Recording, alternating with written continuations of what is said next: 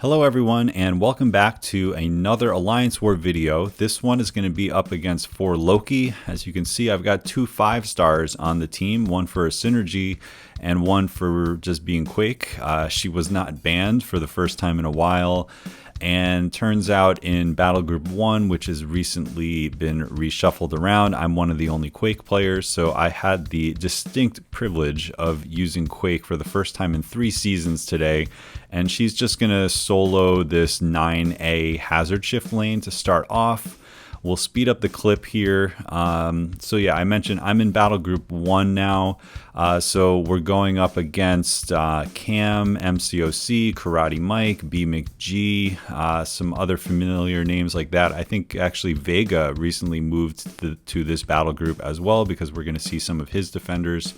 I did drop a heavy in the middle of this fight, and it was during a falter, but you can see that the concussion actually stopped the degen from happening, so Quake completely bypassed that. So I was ready to go. I was running half suicides, the double edge mastery, and I was ready to just jump right in while boosted against this toad, but I read the note again, and you can see me stopping here because I saw insult to injury 2, and all of a sudden I was thinking, hold on a minute, defensive ability accuracy? I didn't remember this node being here. So I'm taking like a hot minute here to figure this thing out because I'm thinking, hold on, I'm starting this fight off with a bleed, which means I'm going to start with 85% ability accuracy reduction. So I actually let one of my boosts fall off. I took off double edge and recoil, as you can see there, and I just left those remaining 4 points so that I can spec them back on for Dr. Doom right after this. But yeah, anyone who was in my chats know that I had a minor freak out about this, and actually the person that I would have asked about it is Lizer, because she's very helpful and smart about Quake and everything in the game, to be honest, like an amazing war planner and everything. But of course, we were going up against 4 Loki, so I felt ethically I couldn't ping Lizer to answer this question, and I had to figure it out on my own. So I went into the event quest and found an insult to injury lane, and of course, I used my 4-star Quake, and she never had an evade get stopped by insult to injury. So I was thinking, like, was I just lucky? Does concussion bypass insult to injury? I don't really know. But I just thought, you know, a lot is at stake here. I'm going to put on the invuln, and we're just going to jump into this toad without any help from the double edge mastery. And, you know, the fight will take a little bit longer, but what was supposed to just be like a quick fight, as you can see, we took a hit there. We got a poison on us. We purified the poison. I was definitely nervous about this one, just being kind of like a newer defender. But it did turn out to maybe be the right strategy because I did ask Lizer after, and she said that she usually tells her people to turn off double edge and liquid courage when fighting this second node of 9A. So right there, I had a poison on me, so again, it could have messed up with insult to injury. Again, it's sort of like a chicken and the egg situation. I don't know if the insult to injury bypasses the concussion or if the concussion can actually bypass insult to injury and your evades will never fail. But either way, we come out of this fight with basically all our health and all is good. But I definitely had a minor freak out there. It's why you always read the nodes, because there is a chance that if I kept that bleed on, that I would have gotten smacked right at the beginning of the fight. So now we're trying to conserve the rest of our boost by just putting that back on. The reason we don't go for full suicides is because Quake is not immune to poison, and if you are boosted, you're just going to basically lose health for the entire fight. But because I'm low on 30% boosts, I would much rather spend units to put on double edge. It's a 30% attack boost, and you know, against a rank 4 Dr. Doom on this node, I would just much rather get it over sooner, because a rank 4 against a 5-star, if I got hit, it would just be, you know, he could potentially one-shot me with like a heavy attack. So we just want to make sure that this goes down quicker. And ironically, the rank 4 Doom is going to go down quicker than that toad. and there's no issue there. So yeah, Quake was not banned, and we took advantage of it, and my nerves are definitely a little bit more under control now because I haven't used Quake in so long, but we were able to solo the line without any drama, and that's the end of that. Now, the next 4 fights are all going to be rank 4 Spider-Man 2099. I am absolutely loving this rank up. I've been using him all season, and apologies to the audience, I haven't been keeping up with my uploads, so I will try to get some of those older wars out because there was some really interesting stuff. But yeah, when it comes to just having that wither debuff at the beginning of the fight and the fact that he does not proc buffs, it is such a perfect counter to the Mystic Dispersion tactic, as well as just some annoying power gain stuff on 7A. So now this fight, it has Spite. So basically we are turning off Spite automatically because we will never proc buffs. So where I'm trying to dex a little bit so that we can keep up the wither. The wither only really matters for one thing, which is if I knock her down, then the right, or I forget what the node is called, the one where they gain power off of blocked hits. That one can be stopped by wither, but it's not the end of the world if the wither falls off. So right there, we get to a special 2. We just have to watch out for a few things. When she's lucky, she can evade us. Domino in general, the animations are very aggressive, so it's very easy to get caught by one of her projectile attacks. And then additionally, if we ever end up unlucky, we just have to remember our decks will not work, and we have to just like block the special 1 and things like that. So right there, that pretty much brings her down. We are unlucky, so we just have to be a little careful with our dexes. Hopefully she'll throw this special 2. I've seen Domino fights go south like at this point when she's under 10% health. Oh man, Domino just scares me. So we ended up getting her down. That node is not super scary if you use anyone that has Defiance tactic or Spider-Man 2099. Him being a rank 4, it just makes it a pretty safe fight. Now, we did take a decent amount of crit fail damage because I'm almost positive that Vega has a SIG 200 Domino. But yeah, we're moving on to the Sasquatch. He has some interesting stuff here. So kinetic transference is something that we're turning off at the beginning of the fight simply because we have wither up. The other thing that we can completely turn off is his Wrath of Tanarak by landing a heavy attack and putting on an exhaustion. So we're going to try to do that, and then we're going to try to stack some withers up so that our block is really, really reversing his kinetic transference. So you can see there right now we have negative 125% power, and then a little bit additional ability power rate goes down with that exhaustion, but the main reason the exhaustion is there is so that we can turn off his Wrath of Tanarak charges.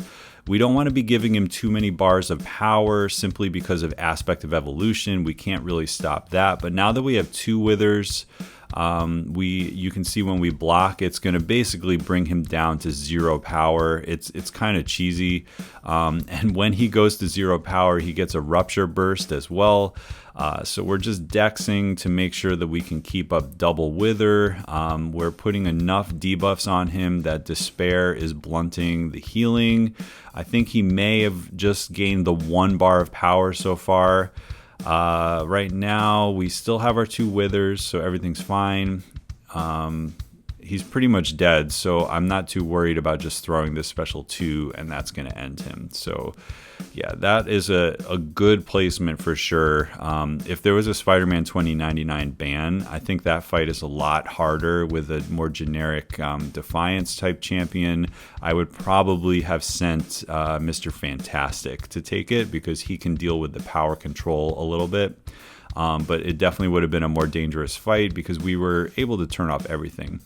Now, speaking of Mr. Fantastic, this Super Skrull worried me a little bit because of Aspect of Evolution. I wanted as much help with the power meter as I could get, so I basically never wanted this guy to be gaining his special 2 or anything like that, because that's when things can kind of get out of hand.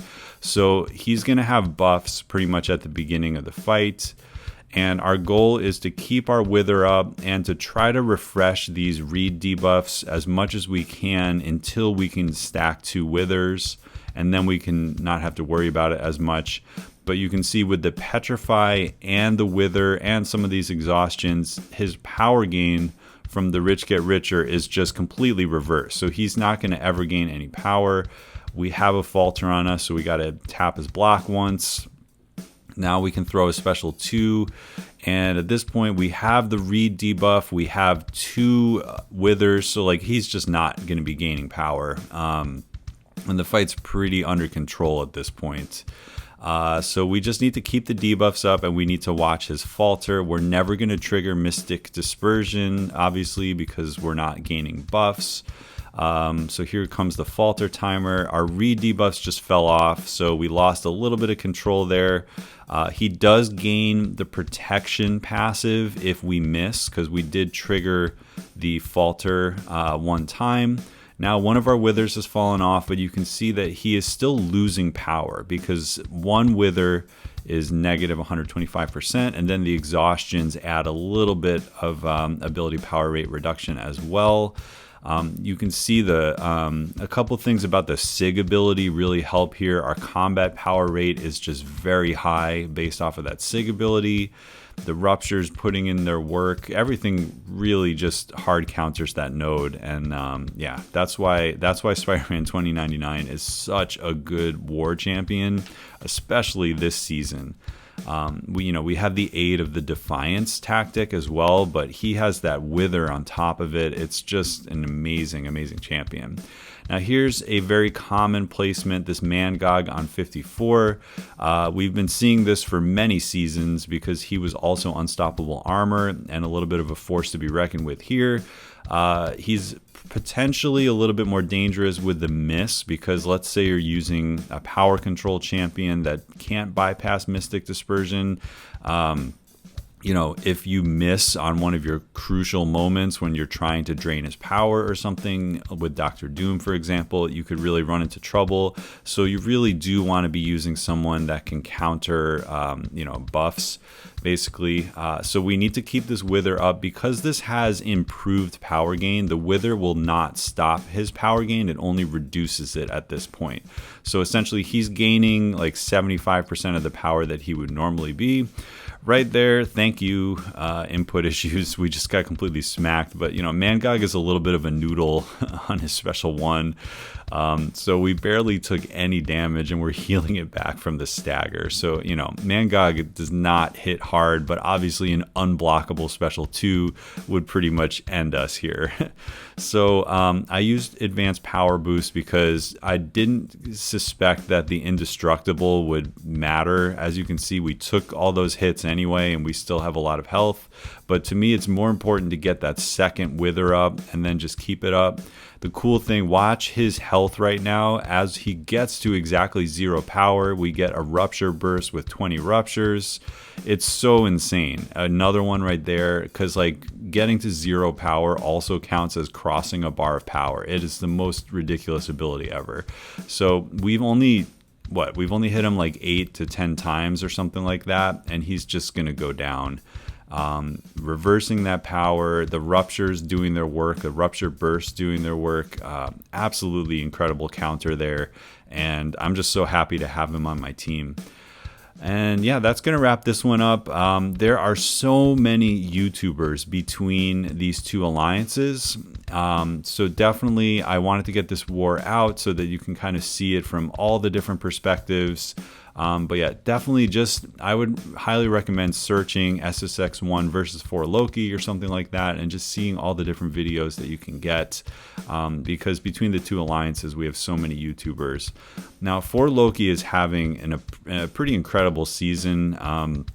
Record-wise, we're about the same, but they have been playing extremely well. And even today, they only died 2 times against us, and we died 5 times. And of those 5, 3 of them I saw the videos, and I really do think that some form of input issues were happening. There was a couple really sketchy looking Quake fights with one of our most reliable Quake players that I don't think it was his fault. And additionally, we had a Corvus die from just the inputs completely failing to work. I mean, Corvus nuking is somewhat volatile, but you need to expect the inputs to work. So either way, even if those didn't happen, it would have been 2-2 and they beat us on time. So they won fair and square. But the state of the game is pretty ridiculous right now with the way it's performing, and it's just a little sad to see people giving up deaths when it's not their fault at all. But either way, it's always fun when we can fight for Loki because they are our friends. We don't feel bad when we lose, but of course we are in it and we compete as hard as we can, and it was a really, really good effort by our team today as well. So I hope you enjoyed this video. As I said, I'm going to try to get some of the older wars out. I may not be able to get all 12 this season, but if you are enjoying this, please give it a like, share it with your alliance mates, leave a comment. All that stuff really helps the channel. And even though I've been a little busy lately, I will promise some more fun uploads in the next couple weeks, and we'll take it from there. Hope you have a great day, and I'll catch you in the next one.